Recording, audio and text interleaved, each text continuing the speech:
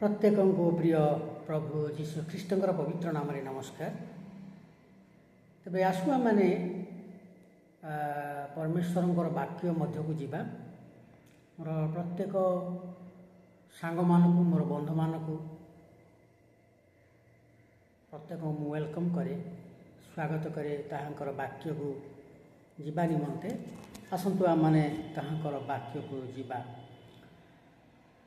गालातियो तार 3 अध्याय आम 10 रु 14 पद पर्यंत पढ़ा।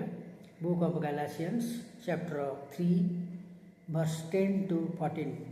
Book of Galatians chapter 3 verse 10 to 14 आम मैंने देखा लिखा अच्छी कारण जिते लोक व्यवस्थार क्रियाकर्म करती से माने शापग्रस्त। जो लिखा अच्छी जे कि व्यवस्था पुस्तक लिखित समस्त कथा पालन करने से नित्य प्रवृत्त न हुए से शापग्रस्त। व्यवस्था द्वारा कहीं जे ईश्वर साक्षात धार्मिक गणित हुए ना यह तो स्पष्ट, कारण धार्मिक विश्वास द्वारा बंचो आ विश्वास व्यवस्थार मूल विषय नुहे। व्यवस्थार मूल विषय यही जे यही सब पालन करे से बंचो।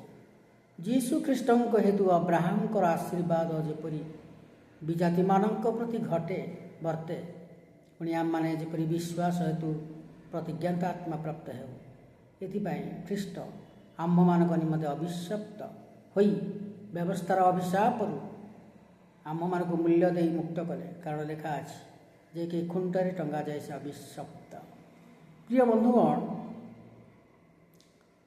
आम मैंने आजिर वाक्य प्रभु आम को दौरान, कारण जेते लोक व्यवस्थार क्रियाकर्म करती व्यवस्था सब लोक माने विभिन्न भिन्न व्यवस्था बाहर कर निज निजर नियम कानून लेखा अच्छी से माने शापग्रस्त। जेते लोक व्यवस्थार क्रियाकर्म करती मनीष आम देखु वाक्य एफिसियो तार 2 अध्याय लिखा मनुष्य क्रियाकर्म द्वारा परित्राण पाइपर, कारण अनुग्रह एफिसियो 2 अध्याय 8 पद 9 पद लिखा कारण अनुग्रह तुम्बे माने परित्राण पाइछ ताहा तुम्भ मान निज ठार हुई नहीं, ताहा ईश्वर दान। क्रियाकर्म नुहे जेपरिक दर्पण करे क्रियाकर्म करी मनीष मुक्ति पाई पारिबो नाही, उद्धार पाई पारिबो नाही, परित्राण पाई पारिबो नाही। तेबे लेखा अछि कारण जेते लोक व्यवस्थार क्रियाकर्म करती एठी गालातियो 3 अध्याय 10 पद आम देखुछु परमेश्वर को बाणी जहाँकि लेखा जे व्यवस्थार क्रियाकर्म करती जेते लोक व्यवस्थार क्रियाकर्म करती से माने शापग्रस्त। प्रिय बंधुगण आम ये देखुचु जो लेखा अच्छी जे कि व्यवस्था पुस्तक लिखित समस्त कथा पालन करने से नित्य प्रवृत्त न हुए से शापग्रस्त। व्यवस्था जे कि व्यवस्था पुस्तक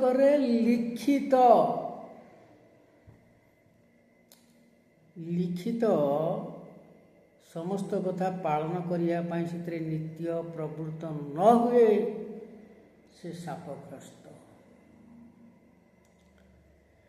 तेरे आम एठी देखुचु से 10 पदरे 11 पदरे व्यवस्था द्वारा कहीं जे ईश्वर साक्षात धार्मिक गणित हुए ना यह तो स्पष्ट। व्यवस्था द्वारा अनेक लोक माने निज निजर व्यवस्था सब पालन माने तैयारी कर जगतर लोक माने कि एठी कौन लेखा होची व्यवस्था द्वारा कहीं जे ईश्वर साक्षात धार्मिक गणित हेब नहीं। व्यवस्था द्वारा अब्राहम जड़े से पूर्वपुरुष आम आगु से जड़े व्यक्ति परमेश्वरଙ୍କ द्वारा विश्वास द्वारा से धार्मिक गणित है। कौन व्यवस्था द्वारा भिन्न भिन्न लोक मैंने व्यवस्था करी गले गोटे पुओ जन्मला तार जातक कौन लिखिले आगे सब तालबटरे लेखिक कहते व्यवस्था विभिन्न प्रकार व्यवस्था द्वारा पापर ज्ञान जन्मे व्यवस्था द्वारा पापर ज्ञान जन्मे कहूँ लिखाई कौन ना व्यवस्था द्वारा कहीं ईश्वर साक्षात धार्मिक गणित हुए नहीं स्पष्ट कारण धार्मिक विश्वास द्वारा बंचो धार्मिक विश्वास द्वारा बंचब मोर प्रिय बंधुगण क्या विश्वास द्वारा बंचब परमेश्वर सृष्टिकर्ता जी आम सृष्टि कर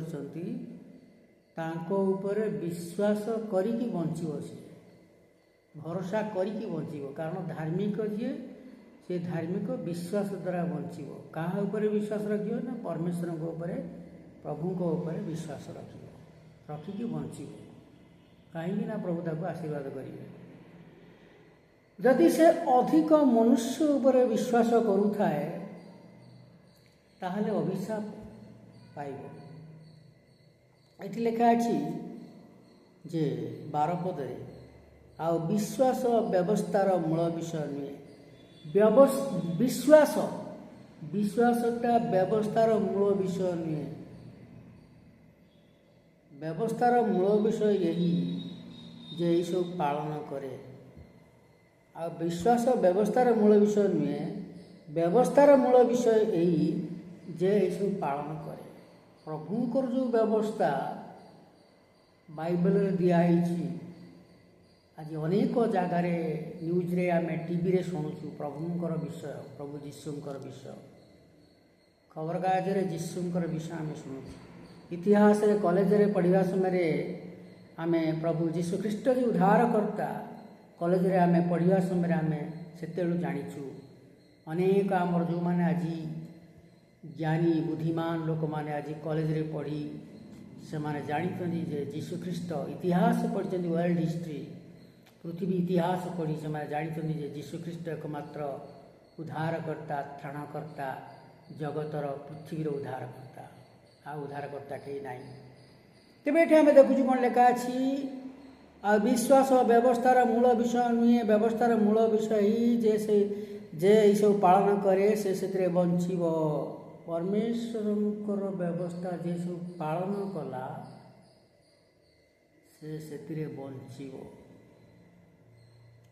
लिखा अच्छी जीशु ख्रीष्ट हेतु गलातीय 3 अध्याय 13 पद जीशु ख्रीष्ट हेतु अब्राहम आशीर्वाद जेपरी विजाति मानक प्रति घटे वर्ते पुणी आमे माने जेपरी विश्वास हेतु प्रतिज्ञात आत्मा प्राप्त विश्वास द्वारा जेपरी आमे माने प्रतिज्ञात आत्मा प्राप्त हो प्रतिज्ञात आत्मा परमेश्वर आत्मा आमे पाऊ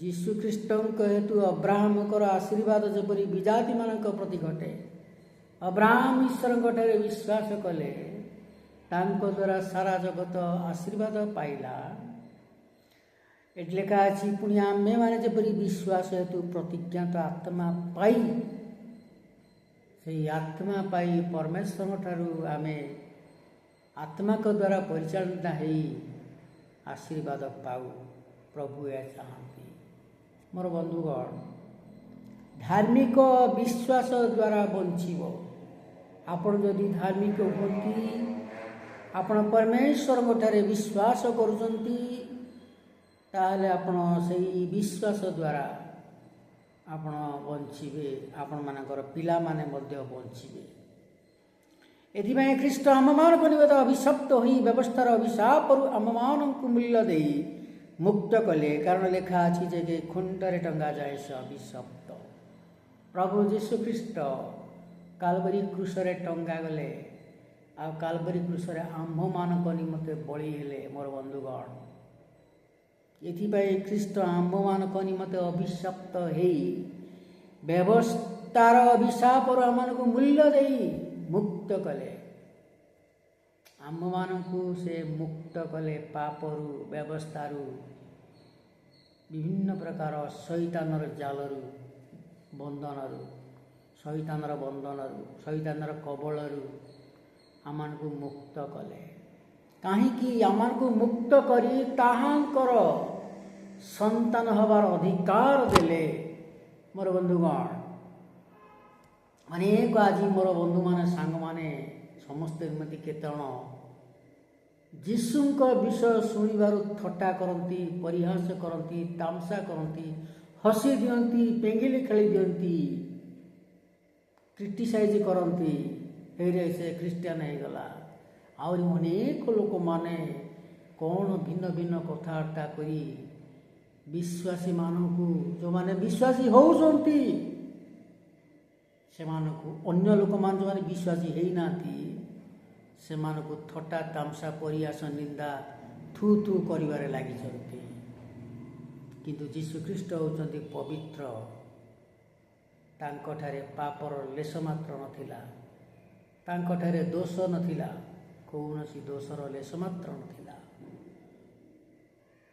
ସେହି ପବିତ୍ର, ତାଙ୍କଠାରେ କୌଣସି ଦୋଷ ନଥିଲା। ସେ ଲୋକମାନଙ୍କୁ ସେଇ ସ୍ୱର୍ଗ ରାଜ୍ୟକୁ ରାସ୍ତା କଢ଼େଇ ପାରିବେ, କାରଣ ସେ ନିର୍ଦ୍ଦୋଷ।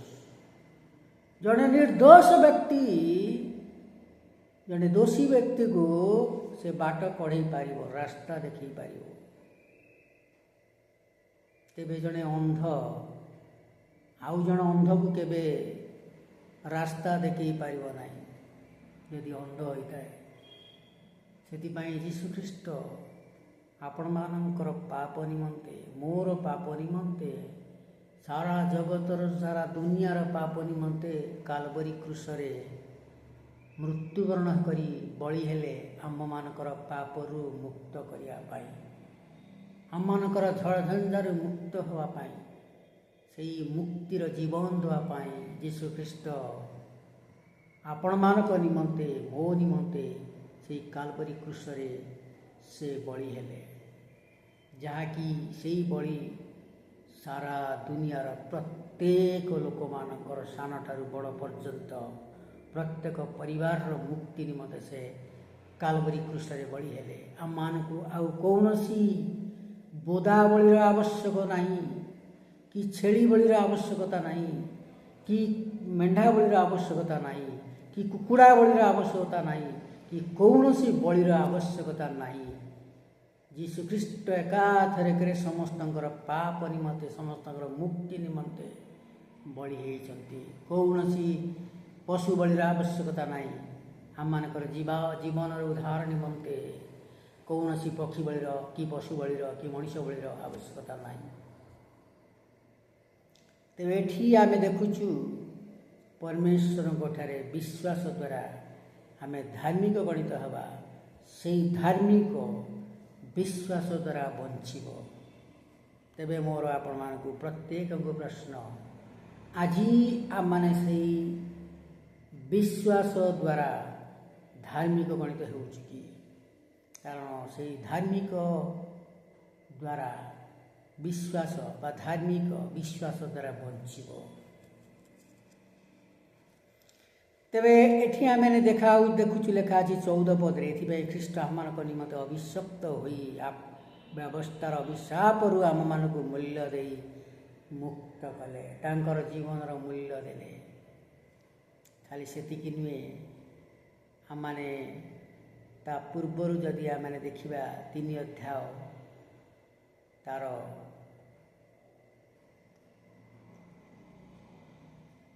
8 ପଦ, ଆଉ ଈଶ୍ୱର ବିଜାତିମାନଙ୍କୁ ବିଶ୍ୱାସ ହେତୁ ଧାର୍ମିକ ଗଣନା କରିବେ। ବିଜାତିମାନଙ୍କୁ, ଯେଉଁମାନେ ବିଶ୍ୱାସୀ ନୁହନ୍ତି, ଲେଖା ଅଛି ଈଶ୍ୱର ବିଜାତିମାନଙ୍କୁ ବିଶ୍ୱାସ ହେତୁ ଧାର୍ମିକ ଗଣନା କରିବେ। କେଉଁ ମଣିଷ ଲୋକମାନଙ୍କୁ ଧାର୍ମିକ ଗଣନା କରିବ ନାହିଁ। ପରମେଶ୍ୱର ଜଣେ ବିଶ୍ୱାସୀକୁ ଧାର୍ମିକ ଗଣନା କରିବେ।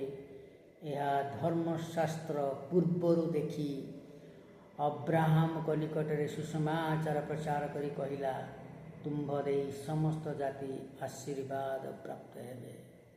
ଏଣୁ ଯେଉଁମାନେ ବିଶ୍ୱାସୀ, ସେମାନେ ବିଶ୍ୱାସୀ ଅବ୍ରାହ୍ମଙ୍କ ସହିତ ଆଶୀର୍ବାଦ ପ୍ରାପ୍ତ ହୁଅନ୍ତି। ଯେଉଁମାନେ ବିଶ୍ୱାସୀ ଅବ୍ରାହ୍ମଙ୍କ ସହିତ ଆଶୀର୍ବାଦ ପ୍ରାପ୍ତ ହୁଅନ୍ତି। କାରଣ ଅବ୍ରାହ୍ମ ଆଶୀର୍ବାଦ ପାଇଥିଲେ, ଆଉ ବିଶ୍ୱାସୀମାନେ ମଧ୍ୟ ଆଶୀର୍ବାଦ ପାଇବେ, ଆଶୀର୍ବାଦ ମଧ୍ୟରେ ରହିବେ। ତେବେ ମୋର ପ୍ରିୟ ବନ୍ଧୁଗଣ, ଆମ ସମସ୍ତଙ୍କୁ ଏଇ ପ୍ରଶ୍ନ, ଆମମାନେ ପରମେଶ୍ୱରଙ୍କ ଠାରେ ବିଶ୍ୱାସ କରୁଛୁ କି? ଯଦି ବିଶ୍ୱାସ କରୁନାହୁଁ ତାହେଲେ ଏବେ ଆମମାନେ ସ୍ଥିର କରିବା ପରମେଶ୍ୱରଙ୍କ ଠାରେ ବିଶ୍ୱାସ କରିବା। ପରମେଶ୍ୱରଙ୍କ ଠାରେ ବିଶ୍ୱାସ କରିବା ପୂର୍ବରୁ ଆମମାନେ ଶୈତାନର ସନ୍ତାନ ଥିଲୁ, ଶୈତାନର ପିଲାପିଲି ଥିଲୁ। ଯେତେବେଳେ ଯୀଶୁଖ୍ରୀଷ୍ଟଙ୍କୁ ଆମମାନେ ବିଶ୍ୱାସ କଲୁ, କାହିଁକି ନା ଯୀଶୁଖ୍ରୀଷ୍ଟ ନିଜେ ପରମେଶ୍ୱର ଯୀଶୁଙ୍କ ନାମରେ ଆସିଥିଲେ। ଯେତେବେଳେ ଯୀଶୁଖ୍ରୀଷ୍ଟଙ୍କୁ ଜଣେ ବିଶ୍ୱାସ କରେ, ସେ ପରମେଶ୍ୱରଙ୍କର ସନ୍ତାନ ହେବାର ଅଧିକାର ପାଏ। ମୋର ବନ୍ଧୁଗଣ, ଯେତେବେଳେ ଆମେ ଦେଖିବା ତାର ଯୋହନ 1:12 ସେଠି ଲେଖା ଅଛି, ଆମମାନେ ପରମେଶ୍ୱରଙ୍କର ବାକ୍ୟକୁ ଅଧିକରୁ ଅଧିକତର ଭାବରେ ଆମମାନେ କାନରେ ଶୁଣିବା, କାନ ଦେଇ ଶୁଣିବା ଆବଶ୍ୟକତା ରହିଛି। ପରମେଶ୍ୱରଙ୍କର ବାକ୍ୟକୁ ମନୋଯୋଗ ସହକାରେ ଆମେ ଶୁଣି ତାଙ୍କର ବାକ୍ୟକୁ ଆମେ ପାଳନ କରିବାର ଆବଶ୍ୟକତା ରହିଛି। ଏଠି ଲେଖା ଅଛି 12 ଯୋନ 1:12, ମାତ୍ର ଯେତେ ଲୋକ ତାହାଙ୍କୁ ଗ୍ରହଣ କଲେ। କାହାକୁ ଗ୍ରହଣ କଲେ? ମାତ୍ର ଯେତେ ଲୋକ ତାହାଙ୍କୁ ଗ୍ରହଣ କଲେ। କାହାକୁ ଗ୍ରହଣ କଲେ? ପ୍ରଭୁ ଯୀଶୁଖ୍ରୀଷ୍ଟଙ୍କୁ ହୃଦୟରେ ଗ୍ରହଣ କଲେ, ପ୍ରଭୁ ରୂପେ ଗ୍ରହଣ କଲେ। ଆଉ କ'ଣ ଲେଖା ଅଛି?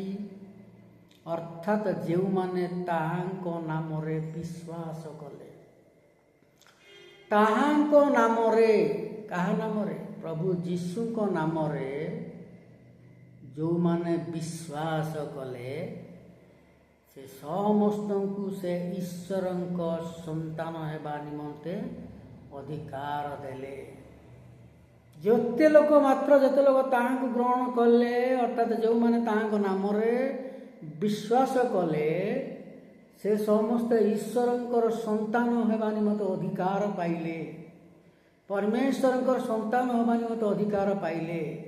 ସେମାନେ ଆଉ ଶୈତାନର ସନ୍ତାନ ନୁହନ୍ତି। ସେମାନେ ଆଉ ଶୈତାନର ସନ୍ତାନ ନୁହନ୍ତି। ସେମାନେ ଶୈତାନର କବଳରୁ ସେମାନେ ବାହାରି ଆସିଲେ, ମୁକ୍ତ ହୋଇଗଲେ, ହେଇକିରି ସେମାନେ ପରମେଶ୍ୱରଙ୍କର ସନ୍ତାନ ହେଇଗଲେ। ଯେତେବେଳେ ଜଣେ ପରମେଶ୍ୱରଙ୍କର ସନ୍ତାନ ହେବାର ଅଧିକାର ପାଇଲା, ଯୀଶୁଖ୍ରୀଷ୍ଟଙ୍କୁ ହୃଦୟରେ ଗ୍ରହଣ କରି ବିଶ୍ୱାସ କରି ତା ଜୀବନରେ କେତେ ମହା ଆନନ୍ଦ ଆସିଲା। ଆମର ଲୋକମାନେ କହନ୍ତି, ଗୋଟେ କଥାର ଅଛି, ହାତୀ ମଲେ ଲକ୍ଷେ ଜିଇଁଲେ ଲକ୍ଷେ। ହାତୀ ମଲେ ଲକ୍ଷେ ଜିଇଁଲେ ଲକ୍ଷେ କ'ଣ? ହାତୀ ମରିଲେ ଯେତିକି ଦାମେ, ବଞ୍ଚିଲେ ବି ସେତିକି ଦାମେ। ବଞ୍ଚିଲେ ଯେତିକି ଦାମେ, ମରିଗଲେ ବି ସେତିକି ଦାମେ।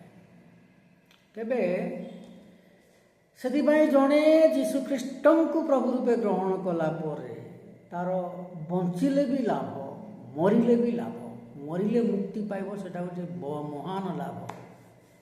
ଆଉ ବଞ୍ଚିଲେ ବି ତାର ଲାଭ କ'ଣ? ନା ତାର ପରମେଶ୍ୱରଙ୍କର ସନ୍ତାନ ହେବାର ଅଧିକାର ପାଇ ପରମେଶ୍ୱର ତାକୁ ସହାୟତା କଲେ, ତାକୁ ଆଶୀର୍ବାଦ ମଧ୍ୟ ରଖିଲେ।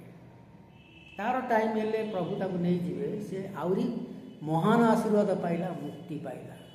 ସେଥିପାଇଁ ଜଣେ ମନୁଷ୍ୟ ଯୀଶୁଙ୍କ ଠାରେ ଥାଇ ତାର ମରିଲେ ଲାଭ, ବଞ୍ଚିଲେ ଲାଭ, ବଞ୍ଚିଲେ ଲାଭ, ମରିଲେ ଲାଭ, କିଛି ଅସୁବିଧା ନାହିଁ। ତେବେ ଏଠି ମୋର ପ୍ରିୟ ବନ୍ଧୁଗଣ ଲେଖା ଅଛି ଯେ ସେ ପରମେଶ୍ୱରଙ୍କର ସନ୍ତାନ ହେବାର ଅଧିକାର ପାଇଲା, ସବୁପ୍ରକାର ଶୈତାନର କବଳ ବା ଶୈତାନିକ କାର୍ଯ୍ୟ ଯେଉଁ କରୁଥିଲା, ସେ ଶୈତାନିକ କାର୍ଯ୍ୟରୁ ସେ ମୁକ୍ତ ହୋଇଗଲା।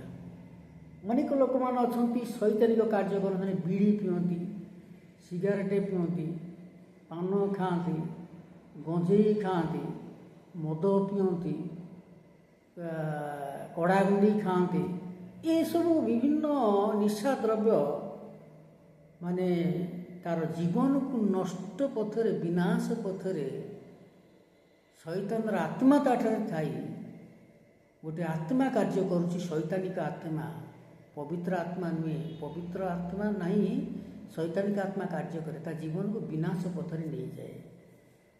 ଅନେକ ଲୋକମାନେ, ସମସ୍ତେ ନୁହନ୍ତି, ଅନେକ ଲୋକମାନେ ମଦ ପିଇକି ମାତାଲ ହେଇକି ଗଡ଼ନ୍ତି, ରାସ୍ତାରେ ଗଡ଼ନ୍ତି।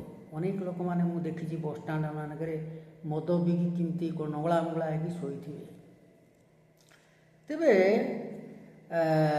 ଅନେକ ଲୋକମାନେ ମଦ ମାଂସ ଖାଇକି ସେଇଠି ବାନ୍ତି କରି ପକାନ୍ତି ତାଙ୍କ ଖାଇବା ଜାଗାରେ। 5 ଜଣ 10 ଜଣ ଖାଉଥିବେ, 15 ଜଣ ଖାଉଥିବେ, ସେଇଠି ମଦ ପିଇକି ମାତାଲ ହେଇକି ବାନ୍ତି କରିକି ସେଇଠି ଗଡ଼ିବେ, ତାଙ୍କ ଖାଦ୍ୟ ଉପରେ ଗଡ଼ି ପଡ଼ିବେ। ତେବେ ଶୈତାନିକ କାର୍ଯ୍ୟ ଗୁଡ଼ାକରୁ ମୁକ୍ତ ପାଇଲା, ସେ ପରମେଶ୍ୱରଙ୍କ ସନ୍ତାନ ହେବାର ଅଧିକାର ପାଇଲା, ପରମେଶ୍ୱରଙ୍କ ରାସ୍ତାରେ ଚାଲିଲା, ସେ ଆଶୀର୍ବାଦ ମଧ୍ୟରେ ରହିଲା। ତେବେ ଆମମାନେ ଦେଖୁଛୁ ଆଉ ଗୋଟିଏ ବାକ୍ୟ ଆମମାନେ ଦେଖିବା, ତାର ଯୋହନ